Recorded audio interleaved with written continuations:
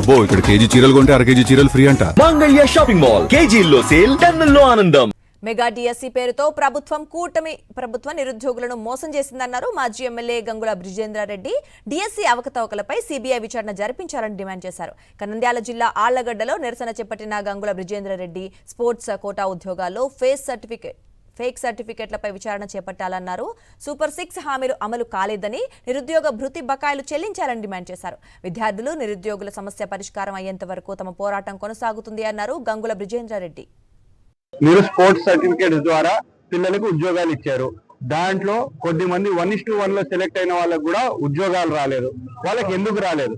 కొద్దిమంది సర్టిఫికెట్లు ఫేక్ అని చెప్పేసి అనుమానం ఉంది. దాని మీద కంప్లైంట్స్ వచ్చినాయి. ఆ కంప్లైంట్స్ ని ఎందుకు విచారించడం లేదని చెప్పి మేము అడుగుతున్నాం. దీని మీద సిబిఐతో ఎంక్వైరీ చేయడానికి మీకు ఏం ప్రాబ్లము? మీరు తప్పు చేయనప్పుడు సిబిఐతో ఎంక్వైరీ చేయించి ఈరోజు నిర్దోషిత్వాన్ని మీరు నిరూపించుకోండి.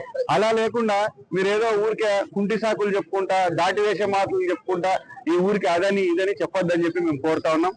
ఇంత దారుణంగా యువతని మోసం చేసి, ఇంత దారుణంగా మీరు యువతని ఈ రోజు నిజంగా వేధిస్తున్నారు, సతాయిస్తున్నారు. ఈ యువతతో భాగంగా మేము ఉండి వాళ్ళ తరపున మేము కూడా ఫైట్ చేసి ఖచ్చితంగా మీ ప్రభుత్వం మెడలు వంచి వాళ్ళు చేస్తారా లేదా అనేది తెలుస్తాం. మరిన్ని అప్డేట్స్ కోసం ఛానల్ ను సబ్స్క్రైబ్ చేయండి. నోటిఫికేషన్స్ కోసం బెల్ ఐకాన్ పై క్లిక్ చేయండి.